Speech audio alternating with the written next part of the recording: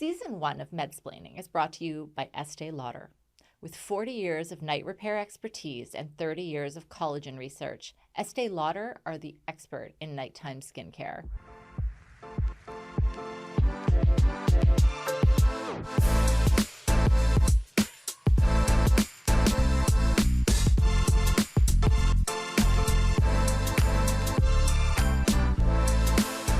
Before we get into today's topic, make sure to subscribe to the Medsplaining podcast on your favorite podcast platform to never miss an episode. I'm Dr. Jennifer Zelovitzky, and welcome to Medsplaining. In this mini episode, I'm joined by a very special guest to talk about her experience with skin cancer. You may not know this, but non-melanoma skin cancer is the most common cancer affecting women in Canada. But before we get into that, wake up to beautiful skin with Estee Lauder's new Revitalizing Supreme Night Power Bounce Cream. This weightless moisturizer melts into your skin, improving elasticity, reducing lines, and boosting collagen. Try it today and wake up to better skin in the morning. Welcome, Lauren. Thank you so much for joining me today. And I know you have a very interesting backstory.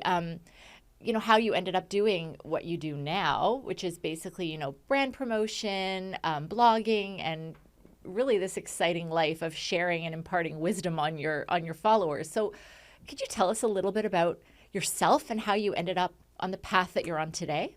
Sure. First of all, it's really nice to be here. So thank you for having me on. I kind of started my career in a space, I guess that would be considered creating content. At the time, I started off working in magazine editorial, both on the print side and then the web side. And that was really interesting because that was at a time where the web was kind of a little bit like the wild, wild west still, like Instagram wasn't out. So we had rolled that out at the time. So that's where I really got this kind of love for working in the online space and connecting with people in that sort of online capacity. And my career kind of went all over the place from then. I moved into travel PR, moved to the UK, and I had turned 30 and was kind of having this moment of, what am I doing with my life? I don't want to do this anymore. Mm-hmm. And so I kind of shifted and quit my job and quit my career, and I started a blog called This Renegade Love because I really did miss connecting to people in that online way. And I moved back from the UK, moved back to Toronto, and it just kind of took off. And for years and years, I was kind of like my full-time job was doing brand partnerships and just creating content through This Renegade Love. And it's kind of evolved since then. And since then, I've started workshops for women in business, and I did a TEDx talk on the power of personal storytelling. And now that's kind of evolved into doing more brand strategy for businesses, helping businesses with social media, and it's constantly evolving. I got diagnosed with ADHD a couple of years ago, so it kind of explains why I really do like that sort of multi-hyphenate lifestyle of doing a whole bunch of different things, and I'm forever curious. So that's kind of the career path and where This Renegade Love is right now. And as for me, I live in Prince Edward County, which I love. I moved here right before the pandemic, which turned out to be the best idea. And I live here with my husband, and I have a scruffy rescue dog named Keith, and it's just great. So I love your rescue dog. I have a rescue dog too. Dogs instantly bond people, so I feel a real kinship there too. I did see your TEDx talk. I recommend everyone watch it. It's interesting because you were speaking about your experience with ovarian cysts, but today we're here to talk about a different medical adventure that you went on, and that's to do with being diagnosed with skin cancer. Mm-hmm. And I'm wondering if you want to sort of walk us through that skin cancer journey. Like, what you went in for a psoriasis assessment, right? From my understanding. Can you take us through that day and what happened?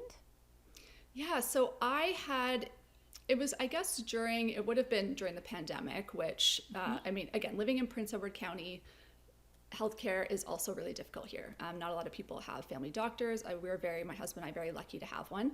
But still, it was like, 3 to 4 months to even get an appointment with her. So I had this sort of lesion on my neck, and it just was small. At first I didn't think anything of it. I thought it was just like a pimple or something like that. It didn't go away, but it wasn't painful, and it was quite small, and it was just kind of pearly looking, I guess it would be. And it was just kind of like light pink, and it didn't really do anything. It was just there. So I didn't really take the time to make an appointment about it. I just kind of kept an eye on it. And I would say within like a year and a half, it was kind of just there. It started slightly growing a little bit.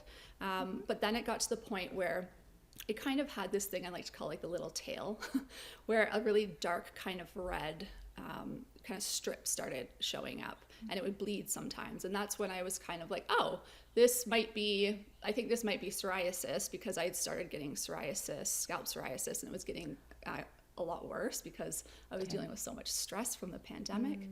And so that's when I went to my doctor, and I said, I have this thing, and kind of told her the backstory. And she said, obviously, yes, this is something you'll want to get checked out.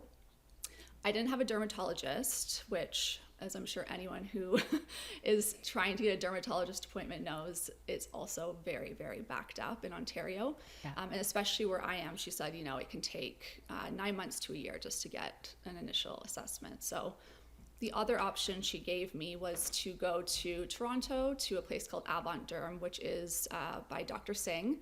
He runs the clinic, and it's a walk-in dermatology clinic.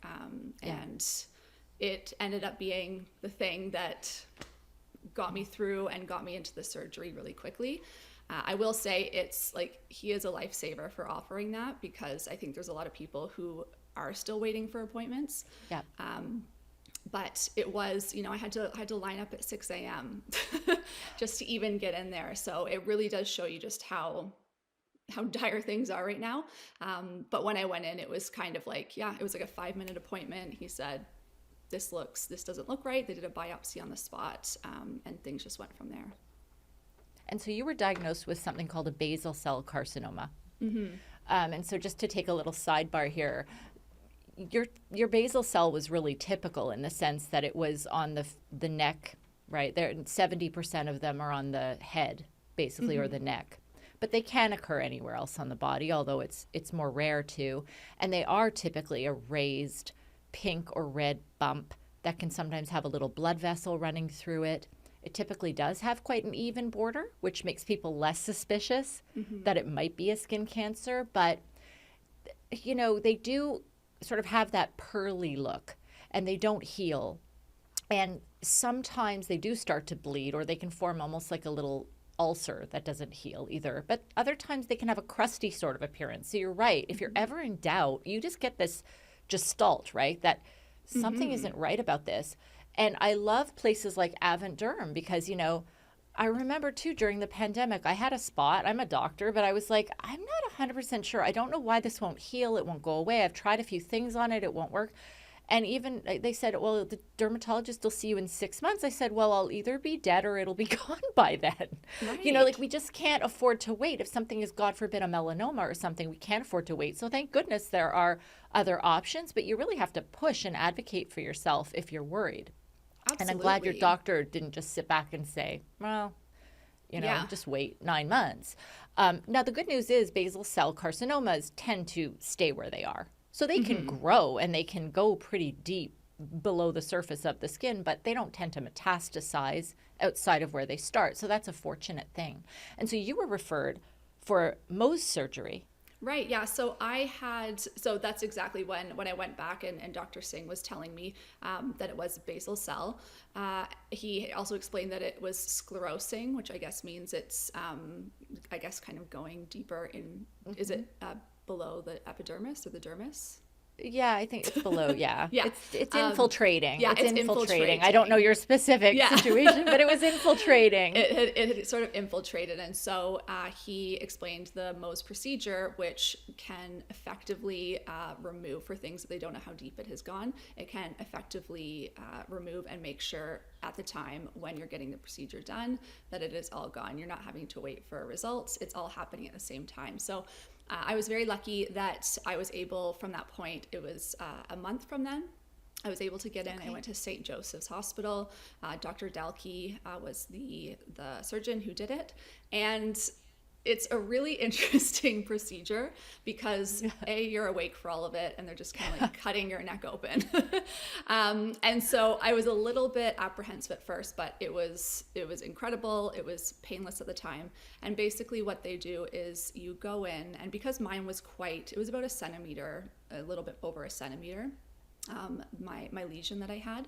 And so they go in and they kind of cut it in a diamond shape. They cut a layer of your skin out. Of course, they freeze you first, but they cut a layer of the skin out, and then they cauterize it, put a bandage on you, and you go sit in the waiting room. They then take that layer of skin to the lab, and within an hour or so, they're able to look at the sample. If they find that there is any skin cancer still on the edges, they'll bring you back in, they'll remove another layer, and they keep repeating that process until all the cancer, there's no signs of it. And then they just stitch you back up and kind of send you on your way. I was very, very impressed with the procedure itself as well as the healing process. Amazing. And then you're assured clean margins when you leave, and it's one procedure. Now, how many rounds did you go through in the waiting room before you were finished? I only went through, it was 2. So I was very happy with that, because that was the thing I was a little bit apprehensive about, because we didn't know how deep it had gone. And as I said, I'd had it for like over a year and a half. So I was a little bit concerned about that, but yeah, she did a great job. And even with the scar, you can't even, it was a 2-inch scar. It was pretty big, 2.5 inches.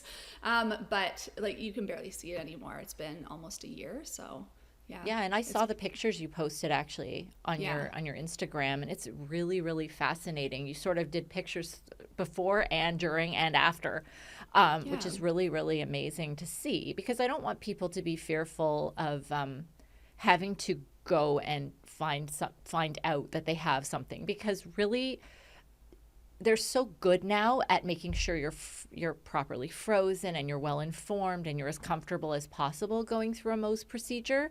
And really, even though it doesn't metastasize, it can go deep enough that it can eventually get to other parts of your body and get into your bloodstream if it is not removed fully. So it's really it's really important. That's why they don't say, well, it's not going to go anywhere, we can just leave it be. You know? Yeah, and that's really why I wanted to. That's why I wanted to show, and I shared that post afterwards. After I got it done, I kind of shared the photos going through what it looked like before, and I took, a photo and gave a little bit of a trigger warning. I had them take a photo of it when it was cut open, just so people could see. But I thought it was important to show what it looked like before, because as I had been, deep diving into Reddit, when I saw this lesion on my neck, I didn't see anything that looked like it. And so that's why I thought, oh, this might be psoriasis. Anytime I kind of looked up basal cell or melanoma, there wasn't anything that looked like that. So I wanted to kind of bring that awareness to people that it can really kind of show up in all different forms. And this is what mine looked like. So if you have anything that looks like this, maybe go get it checked out. Yep. And basal cells, like all skin cancers, are strongly associated with sun exposure, especially early in life. Did you have a lot of sun exposure as a kid? No, as you can see, I am very, very fair-skinned. Both of my parents are Scottish, and so I was always that kid, with like sunscreen lathered all over them, wearing a hat and wearing a t-shirt in the pool. So my mom was always really good with sunscreen, and that kind of, that carried on through my adult life. I have always, I definitely tried as a teen when, I was growing up, was definitely that tanning bed phase. I went once for like 6 minutes and got severely burnt and never went again. And so I've just always I've been so careful with my skin, which when I did get this diagnosis, people that know me were just like, what? Because they know that I'm just, always keeping covered, always reapplying sunscreen. So it was definitely a little bit of a shock to me as well. And, being fair-skinned, light-eyed like you are is actually another risk factor for basal cell carcinoma. So even though, we know most of the time it's associated with sun exposure, you're a perfect example of someone who shouldn't just rest on their laurels and say, oh, well, I'm fine. I've never had a really bad sunburn. I'm sure it's nothing. When in doubt, get it checked out, So has it then, because you were already so careful with sun protection, has it changed your approach to your skin in any way, or how you care for it and protect it? Yeah, I think that one of the things I was kind of sitting and I thought, how did this happen? Because again, I'm always wearing Right. sunscreen, high factor sunscreen, and really keeping an eye on keeping covered, even when I'm driving, even in the winter. And so I think what it was is throughout the pandemic, I just needed to get out of the house, and so I would always sit on my back deck, which has a covered roof. But the covered roof is white, and I think that it was just I was sitting there and maybe wasn't reapplying as often as I should have, and just it's UV rays are reflective, and I don't think I was thinking of it that way, and so I'm thinking that just like the 8 hours I would spend under that covered porch is probably just how it kind of grew over time. Maybe, yeah, possibly, for sure. Yeah, it could be. Is there any family history that you know of in terms of any other type of non-melanoma skin cancer? No, not any non-melanoma, but my dad did recently have a couple of melanoma diagnosed, and that's definitely changed his perspective. He definitely wasn't as careful as I was. His skin does tan, and so he wasn't as careful, but now he's definitely more careful with it. Oh, well, that's good. Yeah. That's good to hear. Oh, and so I guess I'd want to know, like, what advice do you have for my listeners, in terms of what they can do to be more proactive or to advocate for themselves if they're worried about something? Yeah, I think, well, of course, always wear sunscreen, be sun safe. Like I said, when you're in the car, I think that's a big one. People don't think of all the sun and coming through when they're going for long drives on their hands. And like I said, it doesn't matter. Like, you can be in the shade and still you're getting those UV rays. But when it comes to kind of advocating for yourself, is just keeping an eye on things. You know your body, and you know what looks right and what doesn't look right. And if you see something that is changing shape, or that wasn't there before and is maybe getting a little bit raised, definitely go get it checked out. If you are in the Ontario area, I definitely recommend Avant Derm, because it does give you that peace of mind. You don't want to be waiting 9 months or however long it could take. And I know some places aren't that long, but particularly if you're in a more rural area that doesn't have the same amount of healthcare, then I think definitely then go check them out, because it was the thing that, it really gave me that peace of mind, and things started happening much more quickly from that point. Absolutely. And I think that family doctors are pretty well versed in recognizing basal cell carcinomas. So, they can often give you a sense of whether they think that that's what this might be, and the urgency with which you should go and get assessed for it, so to not let it infiltrate, not let it sclerose, right? So what's next for you?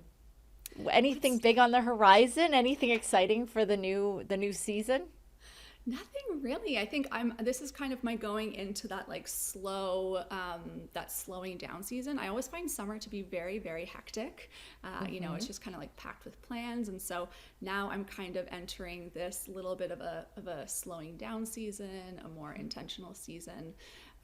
But yeah, some interesting projects coming up on the horizon, some new launches that I'm doing, and some stuff that I'm working on to do with brand strategy. So I'm really excited for that. But yeah, I love this time in the county as well, because the tourist season is slowing down a little bit. So all of the locals now who have been working all summer can really kind of get together and hang out. So yeah. Oh, well, and great. I encourage all of my listeners to go follow you at This Renegade Love, just to get your unique take on building your brand, living your best life, living your life to the fullest, and of course to get a little glimpse of Keith now and then too, because he's really adorable. So I know, it's so funny because I have him in the bedroom right now, because I thought that was my biggest concern with doing this and recording this, is that he's just, as soon as he hears me talking, he's like, who's there, like what's, I thought he'd be just scratching at the door. So I have 3 dogs, which is why I'm not recording at my house at all. Yeah. I never record at home. It's too risky. I always come to the studio. It's like it's too big a gamble. They want your attention. Yeah. So well, smart. it was great to meet you. I feel like I know you because I've been following you, and but it's great to actually be able to say hi in person. And I just really appreciate you being open and sharing your story, because I get feedback from listeners all the time that they maybe booked their physical, that they went and asked their doctor about something because they heard it on the show. So it really does have an impact, these personal stories, as you well know. So thank you so much for being here today. I really appreciate you taking the time to talk with us. Thank you for having me, and thank you for doing this episode. Like you said, it's, I think so many people use things like podcasts and social media to kind of start that assessment process, and they're having more access to hearing people's stories and maybe sort of relating to them is really happening more and more, and I think it's helping a lot of people. So thank you for doing this podcast. It's a pleasure. Yeah.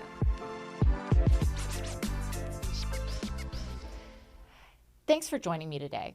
That was a fantastic conversation with Lauren McPhillips. And, I came across her story by following her on Instagram, and she showed that, the scar on her neck and told everyone about her story. And that's what prompted me to reach out and ask if she'd like to be a guest. If you have a really interesting medical story or journey that you've been on and you think it might be a valuable story to share with our guests, reach out to us, send us a DM. And don't forget to share, like, and subscribe to Medsplaining, and follow us on all of your favorite platforms. Don't forget, we're also on YouTube, so you can watch the episode. And we will see you next time. Thanks for listening. Don't forget to follow us on Instagram, Facebook, LinkedIn, and TikTok at Medsplaining. If you have any questions, shoot me a DM. And if you like this episode, the best thing you can do is tell a friend or rate and review it wherever you listen to your podcast so other women can discover it. And don't forget, if you're listening to this, you may be happy to know that we video every single episode, so you can watch it if you prefer on YouTube. See you next week. Medsplaining is produced by Ghost Bureau. Thank you for tuning in to Medsplaining. While we strive to provide accurate and insightful information, this podcast is not a substitute for professional medical advice, diagnosis, or treatment. The opinions expressed by our host and guests are their own and should not be interpreted as medical advice. Every individual's health situation is unique, and it is crucial to consult with a qualified healthcare provider regarding your specific concerns and conditions. Additionally, any links, resources, or references mentioned in our episodes are provided for informational purposes only and are not sponsored by Medsplaining. The producers and hosts of Medsplaining assume no responsibility or liability for any actions taken as a result of listening to our podcast. We encourage you to use the information presented here as a starting point for discussions with your healthcare provider. Information and references are subject to change based on scientific evidence as it evolves over time. The hosts and producers of Medsplaining are not responsible for future changes to the information and references and assume no obligation to update based on future developments. Remember, your health and well-being are paramount. Thank you for listening, and we look forward to exploring more topics in women's health with you in future episodes.